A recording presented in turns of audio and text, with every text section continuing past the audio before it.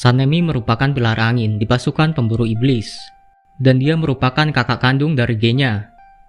Mempunyai rambut putih runcing yang menjadi ciri khasnya. Wajah dan tubuhnya memiliki banyak bekas luka yang membuat ia terlihat sangat menyeramkan. Luka itu akibat perjuangan kerasnya selama bertahun-tahun melawan para iblis. Sanemi memiliki karakter pemarah dan keras kepala. Ia berjiwa pemberontak dan tak bisa diatur kepada siapapun dan termasuk para pilar yang lainnya. Satu-satunya orang yang ia hormati hanyalah Kagaya Ubuyashiki, yang merupakan ayah dari para pemburu iblis. Dia juga selalu bertindak kasar kepada adiknya yaitu Genya. Sanemi melakukan hal itu supaya Genya tidak masuk dalam bahaya. Dengan segala perilakunya tersebut membuat Sanemi selalu lapar akan pertempuran melawan iblis. Semua sifat yang dimiliki Sanemi tidak lepas akibat kisah masa lalunya yang sangat menyedihkan. Sanemi merupakan kakak tertua dari 7 bersaudara, dan dia harus kehilangan banyak saudara kandungnya, dan terpaksa membunuh ibunya sendiri, yang saat itu berubah menjadi iblis. Saat ini yang tersisa hanyalah adiknya Genya. Karena peristiwa itu, Sanemi memiliki rasa benci yang amat dalam kepada para iblis. Oke, di video kali ini Stufil akan membahas Hashira terkuat kedua pengguna pernafasan angin, yaitu Sanemi Shinazugawa. Sebelum mulai, silahkan dukung channel ini dengan subscribe, like, dan share ya. Jika sudah, yuk langsung ke ceritanya.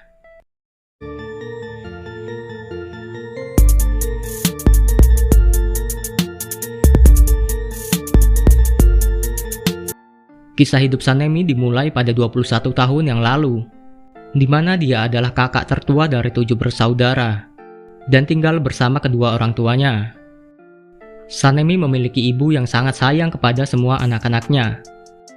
Berbeda dengan sang ibu, ayahnya justru memiliki sifat yang kasar dan suka berbuat onar. Bahkan Sanemi dan Genya sering dipukuli olehnya. Ketika itu terjadi, sang ibu selalu melindungi mereka dari sang ayah. Hingga pada akhirnya, ayahnya tewas dihabisi oleh seseorang yang tidak dikenal. Pada suatu hari, sang ibu belum kembali padahal hari sudah gelap. Sehingga Sanemi memutuskan untuk mencarinya. Setelah bertemu ibunya, Sanemi terkejut melihat ibunya sudah menjadi iblis. Sanemi berusaha mengejar ibunya, namun dia tak bisa. Saat tiba di rumahnya, Sanemi mendapati adik-adiknya telah terbunuh oleh ibunya sendiri, yang sekarang sudah menjadi iblis. Sanemi yang melihat sang ibu akan menyerang Genya, dengan cepat ia mendorong tubuh ibunya, dan mereka pun terpental keluar. Sementara itu, karena kondisi gelap, Genya masih tak paham dengan apa yang terjadi. Ia berpikir jika yang menyerang keluarganya hanyalah seekor binatang buas. Sedangkan di luar, Sanemi yang bersenjatakan pisau terlibat pertarungan dengan ibunya sendiri yang telah menjadi iblis. Pertarungan itu membuat wajah Sanemi terluka parah. Ketika darah bercucuran dari wajahnya, ternyata darah Sanemi membuat ibunya lumpuh dan melemah. Dengan kesempatan ini, Sanemi terpaksa membunuh ibunya sendiri. Namun ketika Genya berlari keluar, dia menemukan Sanemi dan sang ibu yang terbaring mati di hadapannya. Genya yang tidak mengetahui sang ibu sudah menjadi iblis, justru menuduh Sanemi yang telah membunuh ibu mereka sendiri. Sementara itu Sanemi hanya bisa terdiam dan tak bisa berkata apa-apa. Dia sangat shock saat melihat ibunya hangus terbakar matahari. Setelah kejadian memilukan tersebut, Sanemi memutuskan untuk meninggalkan Genya. Dengan rasa marah dan frustasi, Sanemi mulai memburu iblis sendirian. Berbekal banyak senjata, Sanemi memburu iblis di malam hari. Dia melumpuhkan dan mengikat iblis tersebut sampai matahari terbit yang membakar tubuh mereka. Setiap hari dia terus mencari iblis dengan memanfaatkan darahnya yang dapat melumpuhkan para iblis tersebut. Suatu hari ketika Sanemi berburu iblis, dia bertemu dengan seseorang pasukan pemburu iblis yang sah bernama Kumeno. Saat itu Kumeno memberitahu Sanemi tentang organisasi pemburu iblis. Kumeno juga membantunya dengan mengenalkan Sanemi kepada pilar angin di masa itu. Kemudian mereka berdua berjuang sebagai pemburu iblis. Sayangnya Kumeno terbunuh ketika bertarung dengan 12 iblis bulan. Kejadian tersebut membuat Sanemi dipromosikan untuk menjadi pilar angin. Ketika ia resmi menjadi Hashira, Sanemi belum bisa menerima kenyataan jika Kumeno harus tewas. Sanemi tak bisa menahan amarahnya dan marah kepada Kagaya Ubuyashiki. Sanemi mengumpat jika Ubuyashiki hanyalah pemimpin yang hanya bisa memerintah dan tak bisa bertarung. Hal yang mengejutkan, Ubuyashiki tidak memarahi Sanemi, namun menerima kritikannya dengan lembut.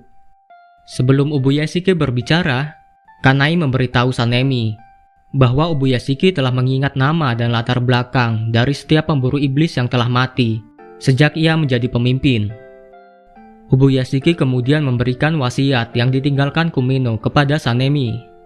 Dari sinilah Sanemi memberikan rasa hormat yang sangat besar kepada Ubuyashiki, meskipun Sanemi ini kurang disukai oleh pilar lainnya. Pertama kali Sanemi diperlihatkan ketika pertemuan Hashira, di mana saat itu dia membawa kotak Nezuko di tangannya.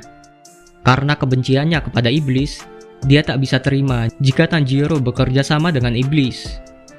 Tanpa rasa iba, dia menusukkan pedangnya ke kotak yang berisi Nezuko. Melihat adiknya diperlakukan seperti itu, membuat Tanjiro sangat marah dan langsung menanduk kepala Sanemi. Keributan itu seketika berhenti ketika Kagaya Ubuyashiki datang. Sanemi belum percaya dengan Nezuko, dan Sanemi mencoba membuktikan naluri iblis Nezuko dengan mengiris tangannya sendiri. Beruntungnya Nezuko tidak terpancing dengan darah milik Sanemi, sehingga hal itu membuktikan jika Nezuko berpihak kepada pasukan pemburu iblis. Sanemi kembali terlihat di tempat latihannya ketika ia menerima kabar kematian Rengoku Kyojuro. Dengan tampang sangarnya dia berjanji akan memusnahkan semua iblis yang sangat menjijikan. Sebelum pertempuran akhir, Sanemi bertugas untuk melatih pemburu iblis untuk bertarung. Zenitsu dan Tanjiro termasuk dalam pelatihannya. Sanemi melatih mereka dengan sangat keras sampai mereka babak belur. Ketika di Kastil Infinity, Sanemi menjadi Hashira kedua setelah Tokito berhadapan melawan iblis bulan atas pertama, Kokushibo. Dalam pertarungan tersebut, Sanemi menderita luka yang sangat parah. Namun dia juga cukup menyulitkan pergerakan Kokushibo dengan senjata dan teknik pernafasan yang ia miliki. Sanemi bahkan harus menderita luka yang hampir merobek perutnya.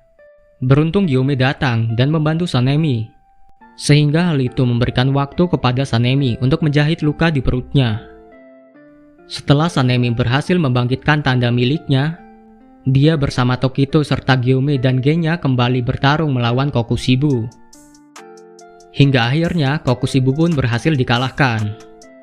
Sayangnya di akhir pertarungan itu Sanemi harus menghadapi kenyataan yang pahit, karena adiknya gengnya harus tewas di akhir pertempuran.